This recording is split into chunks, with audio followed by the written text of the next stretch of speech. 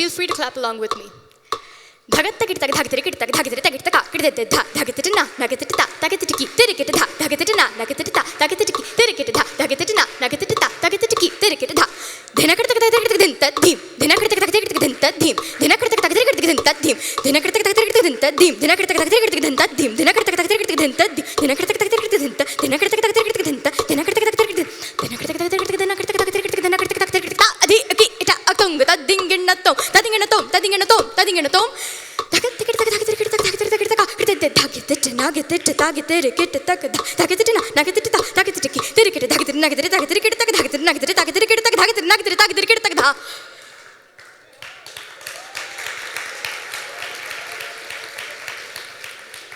How many times have we felt our heart rate increase to such an extent that even we cannot keep up with it? Why do you think this happens? Stress? Is it too much to do in very, very little time? In dance, especially in Indian classical dance forms like Kathak, our rhythm patterns, once it's set, stays constant. The space from between one beat and another is a unit. Think about time.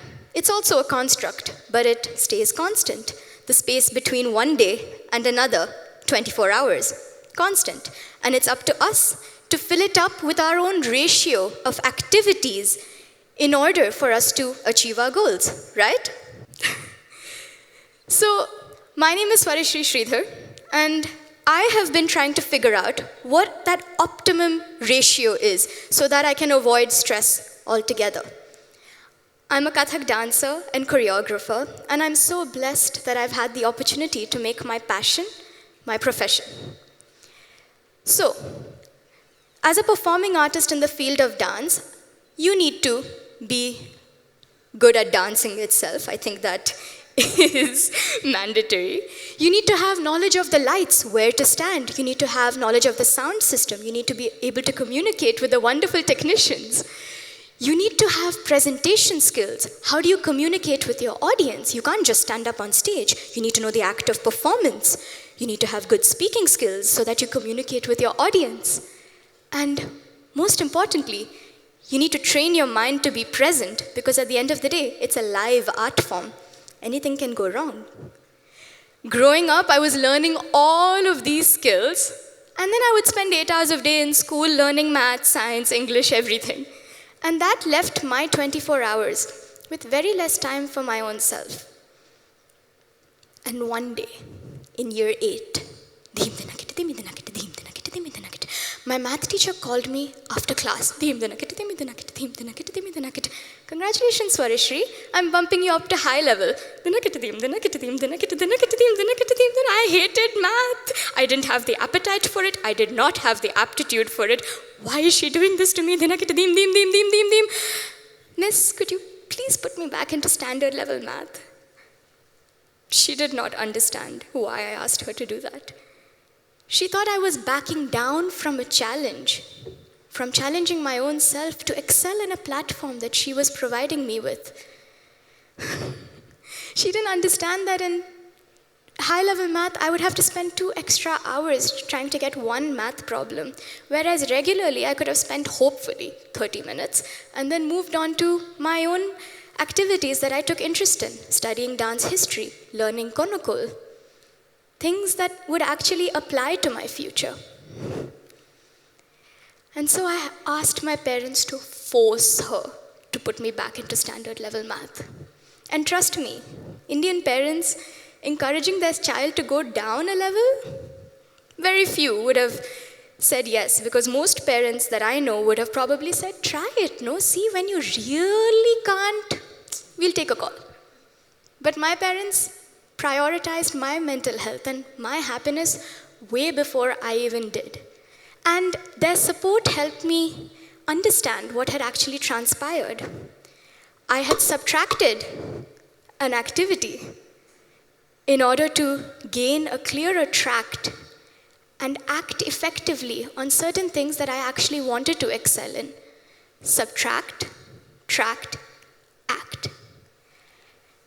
But just because you know a concept doesn't mean that you're actually going to practice it until it actually hits you. 5 years ago in 2020, I was completing my high school diploma and my vocational advanced dance diploma in the same year.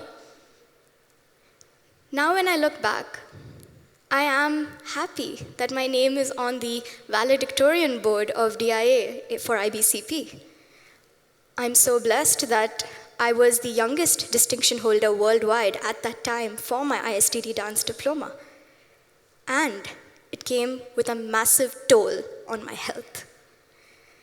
I was so scared that people around me are going to judge me for taking IBCP, which is the career program, and not IBDP, which is the excellence for the masses.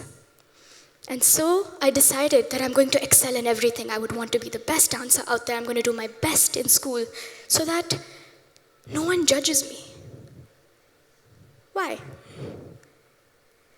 Apart from our environment and upbringing, I feel our self-expectations are a large component of stress. My sleep patterns went for a toss. I was skipping school for performances, and then I would come back and cram everything up in one day just so that no one would point fingers at me for doing both. And the height of it was giving my dance exam in India, flying down a night before my year 13 mock board exams, and then trying to give them without sleeping during the exam. Trust me, it was hard, and I think I managed to sleep in one of them, probably math. Why did I have to do that? If only I had subtracted my ego, I would have probably had a clear track, and probably I would have been able to act way more effectively. When we subtract certain pursuits that allow us to prioritize other activities, even if we might be good at them, we allow ourselves to let it go so that we can focus on something that might be our future.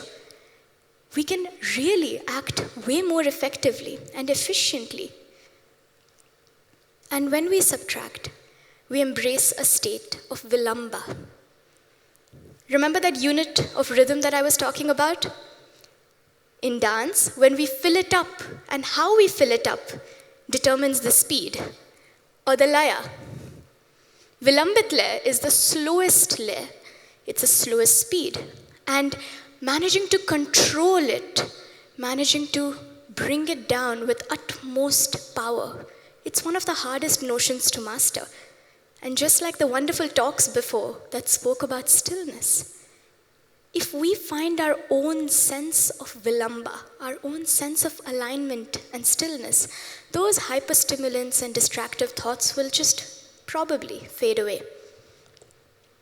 Our track will mostly be clear. I'm not saying delete activities. I'm not saying delete school altogether, definitely not. But try and prioritize on what is actually important for you, where you would like to spend time. Communicate with your parents and teachers about your dreams, about your goals. Make your own track clear. And those hurdles that will come, at least they won't be self-imposed. And all you'll have to do at the end of the day is act.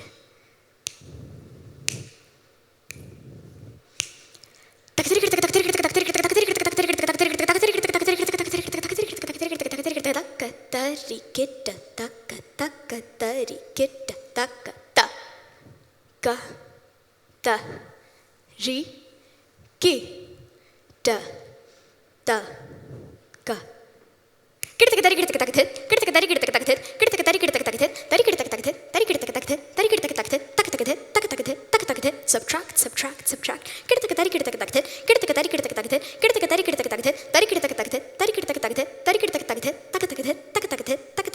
Tract, tract, tract.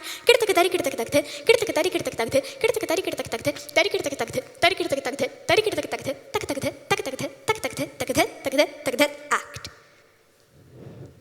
Thank you all.